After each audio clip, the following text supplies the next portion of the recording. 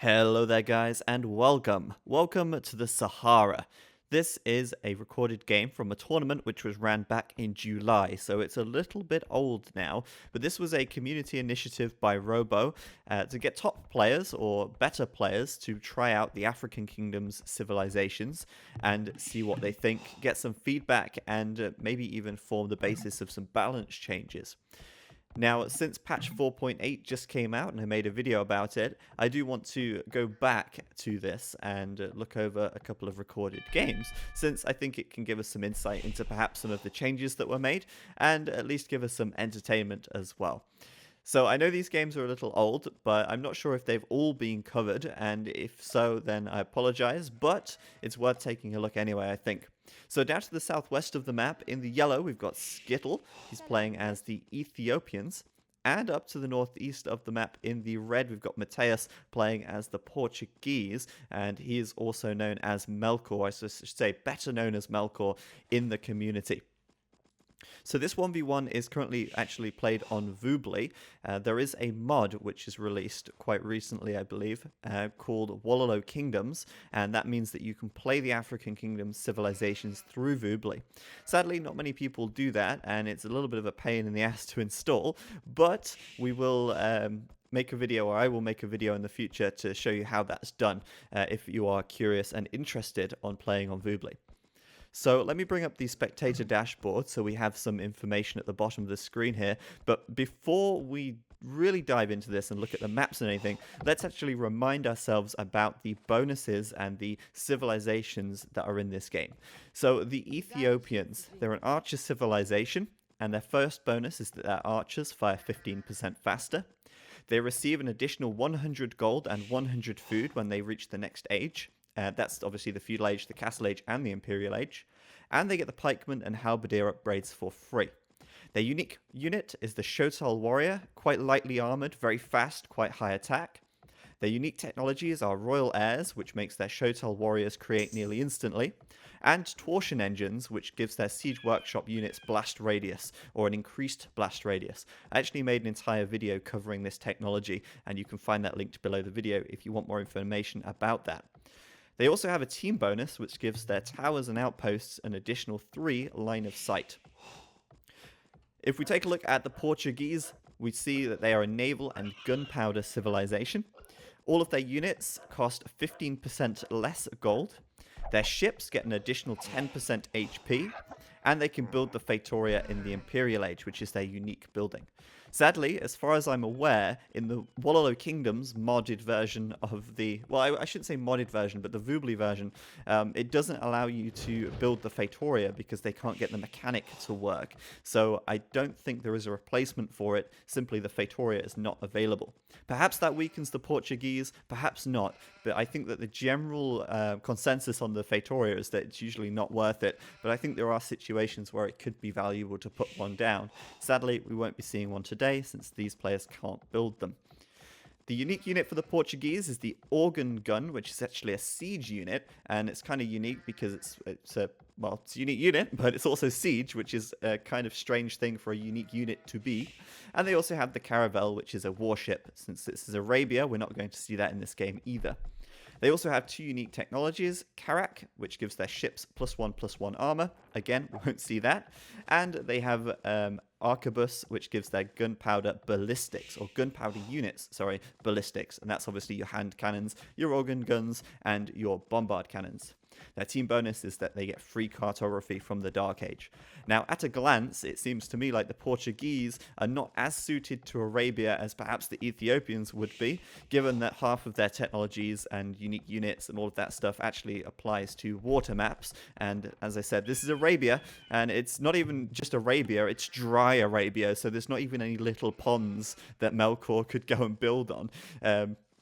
Sadly for him. So I feel like civilization bonus wise, the Ethiopians have a little bit more going for them.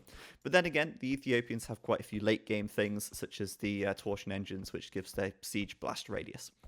So let's take a real brief look at the map, because it looks like we're going to see some action pretty soon. We see some gold being taken by Skittle's villager here, and we see Melkor throwing down a barracks as well. Not super early, but early enough to potentially do a bit of a drush. So quick look at the map. Skittle, he's got himself a TC at the bottom of a crater, and that's not ideal since anything around his town center is going to have an attack bonus, including units on this hill attacking this gold, perhaps. So not the best sort of looking start for him. His wood line's on a bit of a hill. It's partially blocked by this stone. Again, that's pretty awkward, and sadly for Skittle, he actually doesn't have an alternate wood line, which is easy to access. This area over here is just like so desolate, devoid of trees. Building a lumber camp out here is nearly suicide. It's about halfway across the map to his enemy, so he's not really got many choices for this lumber camp. His gold's looking a little unsafe, and as a result you can see he's actually building his buildings way out front here at the top of this hill to try and create a sort of proxy wall off to prevent Melkor getting through and doing too much damage. But this is ambitious. It's going to be tough, and I think he may want to try a little bit of an aggression here to kind of counter the fact that his map's a pretty difficult wall and quite hard to defend. Melkor, sorry, I almost said Skittle. Melkor moving across the map with 3 militia, sorry, can't count. But if we have a quick look at his gold count right now, he's still got 9 gold in the bank. Now, he is taking a little bit of gold over here, but I don't think they've actually dropped any yet. But 9 gold, that's because his gold units, his units cost less gold, 15% less, saving him a little bit of gold already. And every little helps, I think, is the slogan from a very big supermarket over in the UK. So he's moving out, but before we see any action, I'm just going to take a real brief look at his map. He's got berries in front. Never mind, we'll go back to the action for now. We can take a look at his map in a moment because this drush is coming in, and it's coming in hot. Skittle, 2 militia of his own, and I think the third one must be on the way out as he has got no gold left in the bank, and it's very unusual to see a 2 militia drush.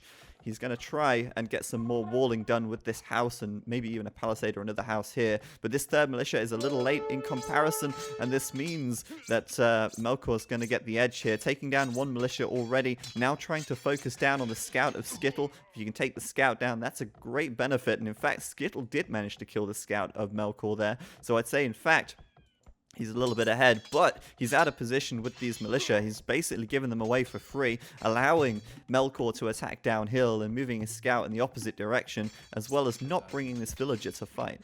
He's now bringing the villagers in, and he should be able to, well, in theory, clean this drush up if Melkor decides to continue attacking, but he does not. He just walks it off. Skittle moves back to his woodline with his villagers, and all in all, that was a really good drush for Melkor. He kept all 3 of his militia alive. Sure enough, he did lose his scout, but Skittle's got other things on his mind, and that is this forward over here with 4 villagers moving up behind Melkor's gold here and at the back of his map. But I think Melkor knows about this. Why else would he put 2 archery ranges behind his town center like this?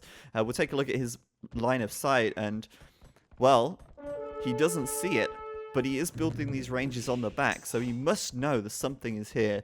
Now, the only explanation as to how he knows there's something here without actually scouting it is either A, he saw the villagers moving over, or B, he used the palisade scouting trick, which is where you select a villager, select a palisade to build, but instead of building it, you scan through the fog of war. If the palisade goes red, it means there's something there, and perhaps he did that back here, and he found out that Skittle was actually in this area. Now, if he did know that, he still hasn't managed to scout it. As a result, tower goes up on his gold, and now this is where the Ethiopian team bonus of +3 line of sight on the towers comes pretty handy. Skittle, not a bad idea to do a scout rush. A tower rush. This is definitely not a scout rush. But then again, I was going to say that the tower could be used for scouting since it provides that additional line of sight, giving him a good vision of what's going on and actually making the Ethiopian trush very strong. Vision is so valuable in this game, and since you can see much further with these towers, it gives you much more strategical, it gives you the ability to plan more strategically, I should say, because you can see where would be a better place for your next tower. Sadly for Skittle, he's not actually taking any stone right now. He's put his 1 tower down, and now he's moving over. He's not even moving over to take any stone, so it doesn't seem like he wants to follow this up. As a result, he's got these 4 villagers here, and they're not really doing anything. I think maybe he was waiting for enough wood to build a mining camp on one of these resources. There you go, on the stone, because he wants more stone. He wants to put more towers down. In the meanwhile, he's actually creating some skirmishes right now. And although the Ethiopians get that 15% faster archer fire rate, that does not apply to skirmishers, since skirmishers technically aren't archers. As a result, Skittle actually finding himself not in the most amazing position, I would say. Alright, he's putting a lot of pressure on back here, but he's not really doing a huge amount of damage. He's killed maybe one villager so far, and with a defensive tower, it looks to me like this is going to be easy to defend this wood line at the very least. Now, these villagers are pretty low, and looking a little worse for wear. Notice how Skittle sent 4 females out instead. There's no sexual diversity up here. These women are just going to move off into the fog and be like, right, well, that's not really too successful. But anyway, as I was saying about the skirmishers, not affected by the 15% faster firing. To be honest, I don't know how much of an impact 15% extra firing speed on skirmishers would have this early in the game. And in the meantime, during all of this aggression at the back, the counterattack coming in from Melkor right now, with these 3 militia, which are still alive, surely he will kill 1 villager, maybe even another. At the very least, he's going to force a lot of idle time out of Skittle here, as his army continues to harass these guys. And, well, Skittle's army is on the other side of the map. And he's got no more archery ranges or anything back here either, so there's no reinforcements really coming in at this stage. Oh, there they are. They've managed to make their trek across the map and going to push this little army away. Now, all in all, skirmisher's not a bad idea here still, since you can see that Melkor is going for archers himself, and skirmishers are a great counter to that. But at this stage, Melkor is definitely ahead, in my opinion. Even though the scores may say otherwise, he's got fletching at this point, and his economy just seems a little bit safer at this stage as well. Even though he's pretty open on the front here, well, he is open at the front, he's going to have an easier time to wall this off as time goes by, and although, yes, he is pushed away from this gold, and he too is now forced to make skirmishers without any gold access, he is farming really well at the moment. If you compare that to Skittle, Skittle doesn't seem to have quite as many farms, and we can find out exactly how many farms they have by pressing, it's not F11, it's is it F4?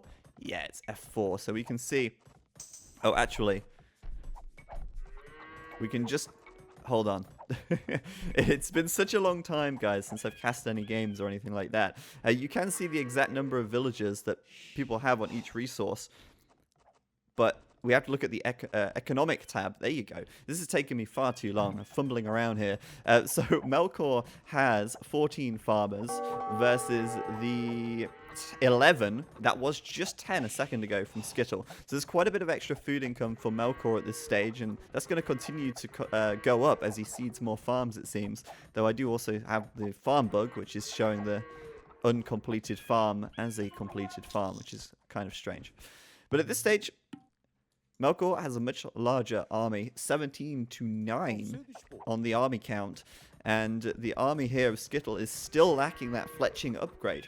Skittle spending quite a bit of time gathering stone back here, now forced to build some defensive towers, because as we established at the start of this game, this is not an easy wall for Skittle. He's not got an easy wall at all, unless he's feeling super ambitious, and bear in mind that in the African kingdoms, walling has been nerfed. Not only do they take longer to build, but they also cost more resources, and I think Skittle's decided that, well, it's probably best to build a couple of watchtowers, and that is fine. A couple of watchtowers will defend you quite nicely, especially in the feudal age, but at the same time, they do require units to be garrisoned inside for them to be very effective, and at this stage, Skittle with 5 villagers inside of the watchtower, they're villagers that could be gathering resources, but instead are having to sit idle and take up the bow and arrow, and I guess become men-at-arms. Now this is a nice little attempt back here. There's a single tree between this wood line and the edge of the map, and Melkor's actually going to chop his way through. Now obviously a tree has 100 wood, and these villagers are going to not be able to carry 100 wood between them, since even with wheelbarrow they would only be able to carry 48, but he may build a lumber camp and try and chop his way through. However, Skittle knows what's going on. How does Skittle know what's going on? Because look at the line of sight on this tower. Man, if he wasn't playing as the Ethiopians right now, I don't think he would see this. But he's got clear vision on what these villagers are up to. And he's going to be able to preemptively tower this off to stop them coming through. Now, I don't think he's going to be too successful in breaking through here anyway, but look at this. These skirmishers just charging on through. They've actually got the +1 defense upgrade now. That's a really good choice from Melkor in this situation because it allows him to tank the arrow fire from these towers a little better. Before, he had just 3 armor, which means he was taking 2 damage from each tower. Now he's got 4, and that means he only takes 1 point of damage per arrow, which allows these skirmishers to be quite tanky underneath these 2 towers and even the town center, disrupting the stone gathering, disrupting the wood gathering. And look at Skittle's economy right now. That's about 11, is that 11? Or no, probably more actually. 3, 6, 9, 12, 15, 16 villagers there for a moment gathering the stone. Skittle having a hard time with all this raiding, and I mean, these skirmishers just couldn't give a damn. Look at this. 5 villagers in each of these towers, and they're just tanking it up, forcing more idle time. And that's really important to stress because right now he's falling behind in resources gathered. He's falling behind in economy. If we look at the total idle time, I don't know if the spectator dashboard is working properly because it is a little buggy at the moment since we're using this modded version, but I can guarantee to you that Skittle has more idle time at this stage. I'm trying to find out where the idle time is. Maybe I've flicked past it, but I am not seeing it right here. What we can see, however, is the total amount of... Oh, that must be food in the bank. Okay, not gathered. I'm still a bit rusty. You'll have to bear with me, but what I can tell you at this stage is that Melkor has certainly gathered a lot more resources. What he's doing with those resources, however, is another story. He's only just able to take down this watchtower back at home and get back on that gold. So even though he had about 1,300 food in the bank there, he actually didn't click up to the castle age until just a few moments ago, where he got the market and sold some of that food for the additional gold which he needed to click up to the next age. But since he's cleared that tower away, he is going to be able to put those villagers back on the gold. In the meantime, he's taking the stone at the back, and it looks like, given the fact he's got nearly 650, he's going to be dropping a castle down fairly soon as well. Map control way in favor of Melkor at the moment, but Skittle has successfully defended, I suppose you could say, but at what cost? At what cost indeed? He's certainly behind in economy at this stage, with 7 villagers less as they both go up to the castle age, and that's going to hurt in the long run. I think Skittle here going to want to be able to catch up in economy as quickly as possible as he contemplates what to do next. Now, Skittle at this stage throwing down 2 stables. This kind of makes sense in this situation. Bear in mind that we've seen mass skirmishes from Melkor so far, and knights are going to be fantastic at taking those skirmishes down.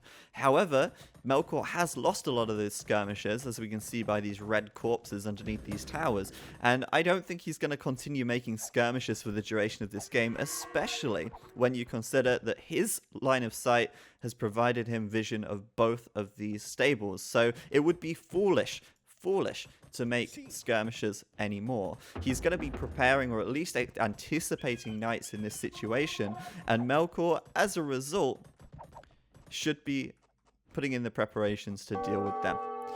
For the time being, walling up, as I said, it's a pretty easy wall for him. A couple of houses and some palisade here.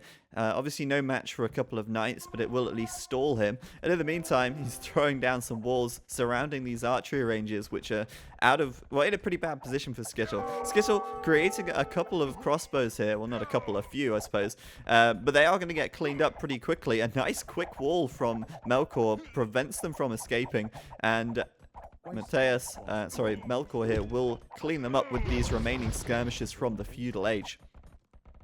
We also see something from Skittle here, a siege workshop right outside, and he's put these 4 villagers that we spoke about earlier to a lumber camp at the very top of the map. There's a very slim chance of them being found out.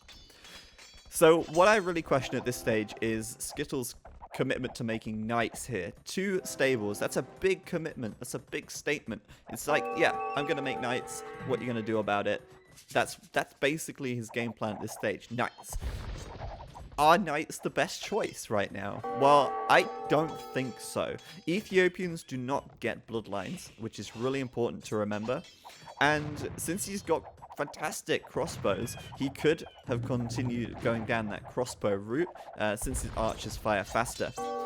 I kind of understand why knights, though, at the same time, since knights make sense against the skirms. As we already established, though, we don't anticipate Melkor making more skirms. However, the Ethiopians, remember, do get 100 gold and 100 wood when they get to the next age. So once Skittle got to the castle age, he got 100 gold and 100 food straight away, and then those knights could be put out. Melkor, however, with that castle, starting to make some organ guns. Now, this is kind of cool, and I don't know if he's making organ guns for the sake of making organ guns, but I'm wondering how effective they're going to be. Bear in mind that these knights at the moment are fully unupgraded. Well, they have no upgrades. I shouldn't have said fully unupgraded. Usually when I say fully, I usually follow that with upgraded. Implying that they have all the upgrades. No, they have no upgrades, no bloodlines, no armor, and as I say that, he does get +1. So that's 3 pierce armor against the 16 damage from the organ gun. That means that 13 damage per gun. These guys are a little inaccurate though, and I'm interested to see how they hold up. There's 5 organ guns right here, and those knights, yeah, those knights are chasing them down. The organ guns taking quite a bit of damage. And these knights, even sitting underneath this town center right now, with only +1 defense, they seem to be lasting for some time. Finally going to be pushed away. Skittle probably overcommitting a little bit, I think. There's no need to commit that hard and take damage from the TC. He could have fallen back and raided these villagers on the farms, for example. But, yeah, with a few knights, he's able to at least do some damage. He's cleaned up the skirms, at least. But I'm really curious about these organ guns. Now, an organ gun costs wood, and it costs gold. So there's actually no food cost involved in these organ guns, which is, I don't know, I would say a little surprising, because if you think about an organ gun and then you sort of think about hand cannoneer, you kind of assume the organ guns are kind of like a souped up hand cannoneer, I guess, which is my sort of take on them. However, since they cost wood and not food, it's certainly going to be easy to produce these guys whilst still working on building up his economy. Now, Melkor at the moment looking a little messy, to be honest. There's a lot of idle villagers back here where this stone mine was, but he can actually afford to build another castle right now, so probably wouldn't be a bad shout, to be honest. Another castle could help defend the front of his base where these knights keep coming in, but it does also seem like these organ guns are having no hard time defending against the knights either. They do seem to be making fairly short work of them. So as I was saying, organ guns actually technically siege, so they're not going to be affected by any blacksmith upgrades, which is kind of straightforward. You don't have to worry about doing any blacksmith techs, nothing to forget there, and they are pretty powerful as well. And as I said, since they cost wood and not food, he can actually afford to do a 3 TC boom at the same time as pumping these organ guns out. The decision to go knights, I don't know, it's questionable. +2 defense is now done, and we also see a monk coming out for Melkor as well, so we're going to get some of those tasty conversions in there. Actually managing to convert the full HP knight, that's probably the best outcome he could have got out of that. He even managed to keep his monk alive as well, and I think Skittle's just going to have to, at this stage, stop. Just stop sending the knights in, because they're just going to die continually, and he doesn't seem to be getting a huge amount for it either.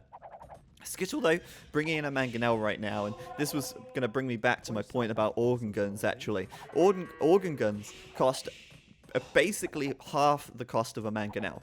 So a mangonel is 160 wood, and a organ gun is 80 wood, and an organ gun is 70 gold, whilst a mangonel is 135 gold. So organ guns basically half the value, or half the cost, I should say. Now, this mangonel, such short work. That was absolutely destroyed by the organ guns there. And that was pretty impressive, which makes these guys actually, in my opinion, pretty good at dealing with siege, as long as you spread them out. They're actually very good at taking down mangonels. They're also very good at taking down knights, it seems, but that could also be the fact that Melkor got another conversion there, turning the tide of the battle pretty quickly. So at this stage, I mean, Knight's clearly not working out for Skittle, and although he's back at home, pretty safe and sound, keeping the aggression up so that he doesn't give Melkor more map control, giving him the space to breathe and go up to 3 TCs. I do question the decision to make these knights in this position. There's also not really much future with knights as Ethiopians, since they don't get the paladin upgrade, they lack the +4 defense upgrade, and as we established earlier, they don't get bloodlines either. So what would be a better solution, a better unit choice in this game for Skittle if it wasn't knights?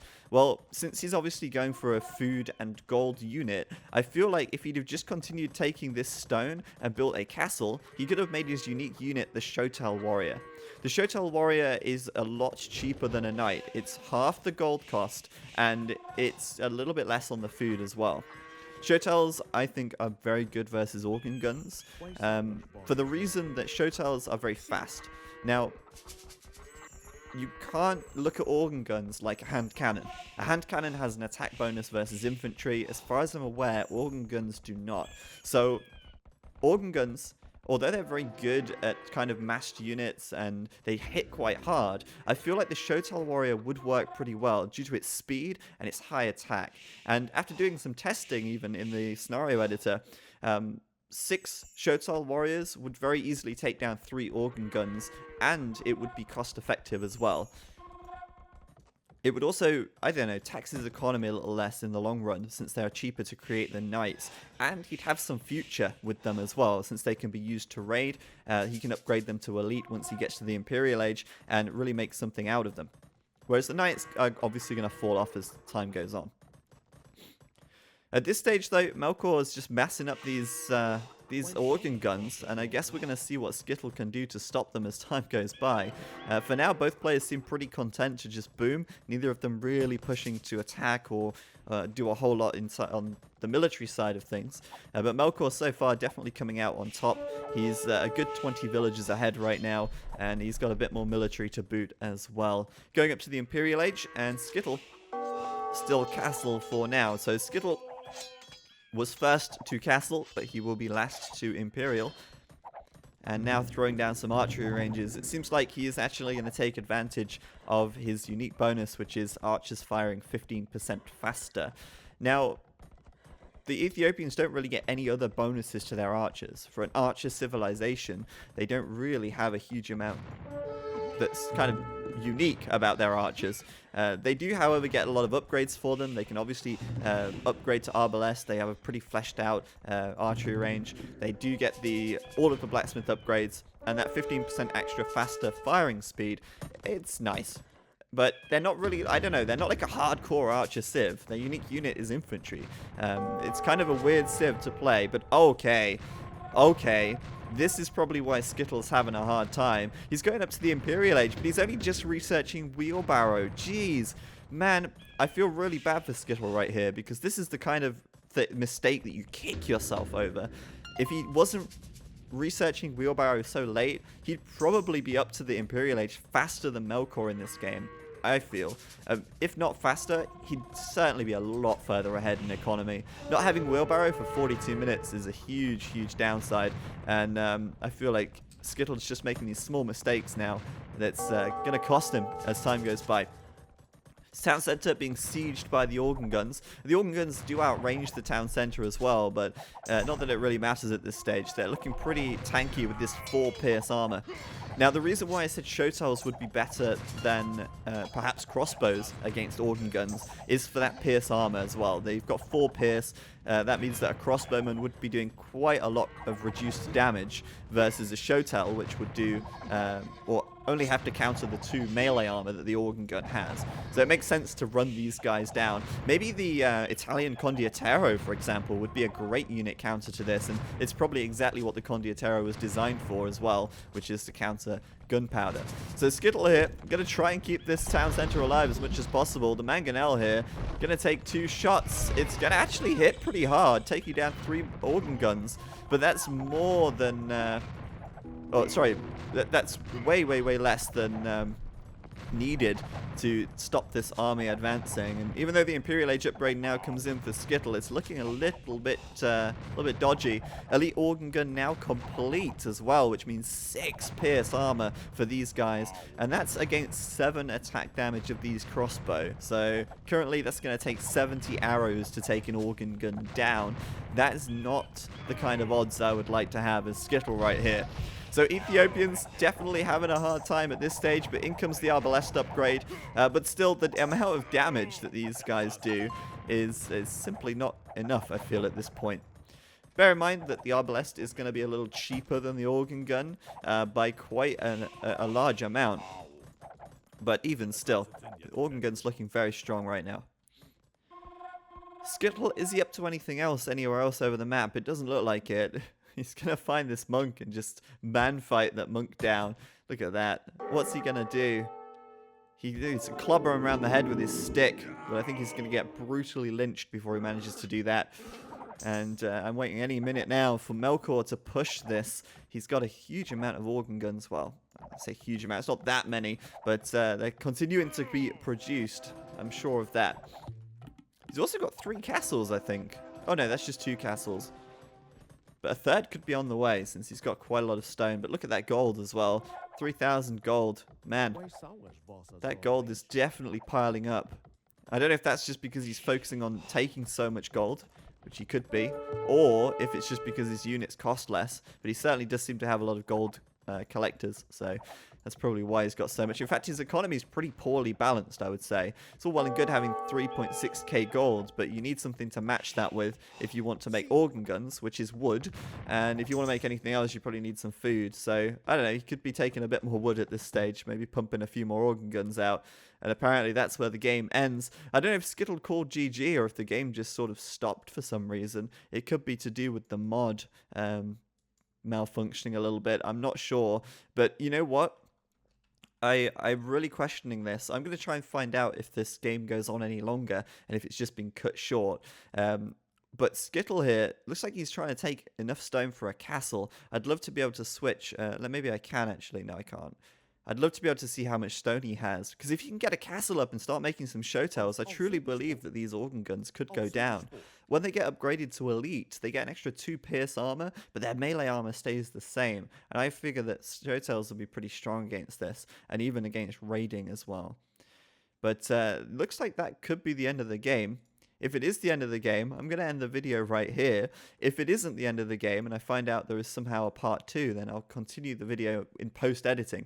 But hopefully you enjoyed this, guys. I'm going to try and bring you some more of this tournament if it works and if there are worthwhile games to watch. But I hope that we see something like this again in the future. I'd like to see some more of the African Kingdoms civs being picked up by better players and kind of stress tested and see, to see what they're capable of. I know that with arrow slits now being nerfed in patch 4.8, we should see some more variety as well, since Tato seems to love those arrow slits since they're so overpowered at the moment. And, towers were basically incorporated into every single one of his games. But we'll save that for another time, another video. But thank you guys for watching. Hopefully this has been a worthwhile distraction for you from all of the election stuff. We got to get away from that. And yeah, I'll see you next time. Thanks, guys.